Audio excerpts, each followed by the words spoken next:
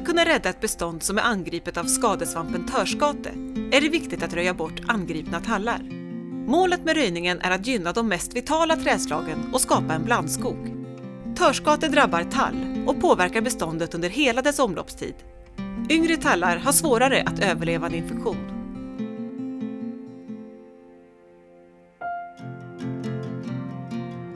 Jag heter Lisa Sars, jag är skogskonsulent på Skogsstyrelsen. Vi befinner oss utanför Älvsbyn i en ungskog som är hårt angripen av törskate. Törskaten sporulerar mellan mitten av juni till mitten av juli och det är då sporkropparna lyser orange och är väldigt lätta att känna igen. De är betydligt svårare att upptäcka när den inte sporulerar. Man kan känna igen det på att det kommer väldigt mycket kåda ur stammen, på det här svarta, lite skorvliga, flagnande bark och på att stamformen ser väldigt annorlunda ut. Avsmalnande eller uppsvälld. Avvikande barrfärg, att de ser gulröda ut. Det beror på att trädet är försvagat. I så här täta bestånd är det väldigt svårt att se skadorna när man går igenom det. Och det är ännu svårare när man håller röjsågen i handen att ta kloka beslut. Vilka stammar som ska vara kvar och vilka som ska bort. Om man som markägare tror att man har ett törskateangrepp i sin ungskog så är mitt råd att man går igenom sitt bestånd och ser hur ser det ut, hur mår beståndet. Kanske att man hänger en snitsel i de träden som är angripna så att den som kommer efter med röjsågen kan välja att röja bort det angripna trädet och låta andra träd stå kvar. Det är viktigt för markägaren med ett skadat bestånd att vidarebefordra den här informationen till entreprenören för att röjningen ska få ett så bra utfall som möjligt och för att det framtida beståndet ska ha många bra huvudstammar. Om det finns konstaterade angrepp och behov av röjning så underlättar det att ge entreprenören ett konkret underlag att arbeta utifrån. En enkel metod för att få fram ett sådant underlag är att göra ett antal cirkelprovytor i området. I det drabbade området, knyt fast ett snöre uppmätt till 5,64 meter runt en stam eller en pinne.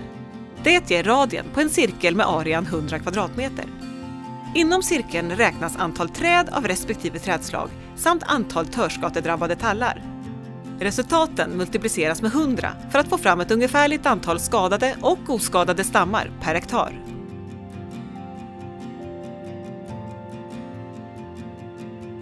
Ett antal sådana här cirkelprovytor över hela området ger ett genomsnittligt värde och en bra överblick över hur stor del av skogen som är drabbad.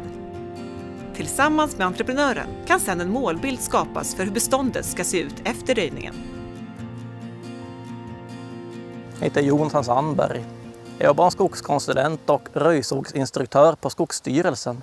I det här beståndet har vi en ganska stort törskateangrepp här, men vi har även mycket gran och vårtbjörk som växer ganska bra här. Så i det här fallet har vi valt att röja fram en blandskog. Vi gynnar vårtbjörk och gran. Vi tar bort de skadade tallarna som uppvisar angrepp av törskate. Vi sparar fina tallar, men om det är möjligt att det står en finare gran bredvid, kanske vi gynnar granen för att säkerställa framtida produktion ifall törskate sprids ytterligare inom beståndet. I ett bestånd med stora törskateangrepp får man tillåta en större spridning av höjder och diameter. Vi försöker gynna de träslag som är friska. Man får göra det bästa möjliga utifrån rådande förutsättningar. Röjningen går i främsta hand ut på att skapa ett robust bestånd. Att välja rätt stammar som ska stå kvar för det framtida beståndet. Röjningen går till så här att vi ser ut de stammar som är skadade, som har törskateangrepp, och de plockar vi bort. Om törskateangreppet är begränsat till en kvist, då kan man stamkvista lite lätt med sågen om det är inom säker höjd för att kanske kunna rädda den tallen. Vi får räkna med att vi kan måste komma hit och röja igen i flera omgångar. När jag går och röjer ett sådant bestånd, då fokuserar jag först och främst på att plocka bort de skadade. Sen har jag en andra tanke i bakhuvudet, och det är hur ska beståndet se ut i framtiden? Vad har jag att arbeta med här?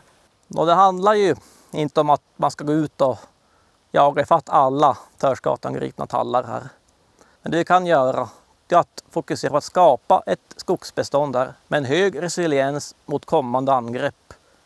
Blandbestånd har ju generellt sett en hög resiliens mot skador. Det är alltid klokt att tänka blandbestånd. En tall som redan har fått en törskateinfektion löper större risk att få fler infektioner av törskate. Tallen är då mottaglig för törskateangrepp.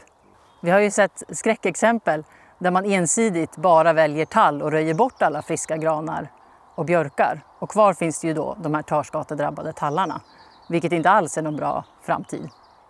Jo, det skär i hjärtat att hugga ner en stor fin tall.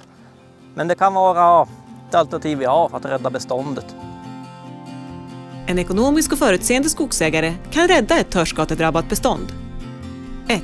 Gå igenom bestånd som är aktuella för röjning för att bedöma hur skadeläget är. Lättast att upptäcka törskate är under försommaren. Lär dig känna igen skadorna. 2. Om det upptäckt skador, gör en skattning med hjälp av provytor om hur många som är angripna. 3. Om du inte gör röjningen själv, meddela entreprenören resultatet av din skadeinventering och skapa tillsammans en målbild för hur beståndet ska se ut efter röjning. 4. Vid röjning var extra uppmärksam och röj bort angripna träd. Lämna gärna kvar något fler stammar än vanligt för att ta höjd för framtida angrepp. 5. Röj fram och gynna andra trädslag där det finns förutsättningar. Skapa ett robust bestånd. 6. Det är svårt att förutsäga hur törskateinfektionerna kommer att utvecklas i framtiden. Kommande skötselåtgärder kan behöva anpassas baserat på skadornas utveckling. Törskateinfektionen syns inte i form av symptom på trädet förrän efter något år. Så till synes friska träd kan ha utvecklat symptom något år senare. Om du vill veta mer om törskate eller andra skador som drabbar ungskog, se våra andra filmer i serien om multiskadad ungskog på skogsstyrelsen.se/multiskadad ungskog.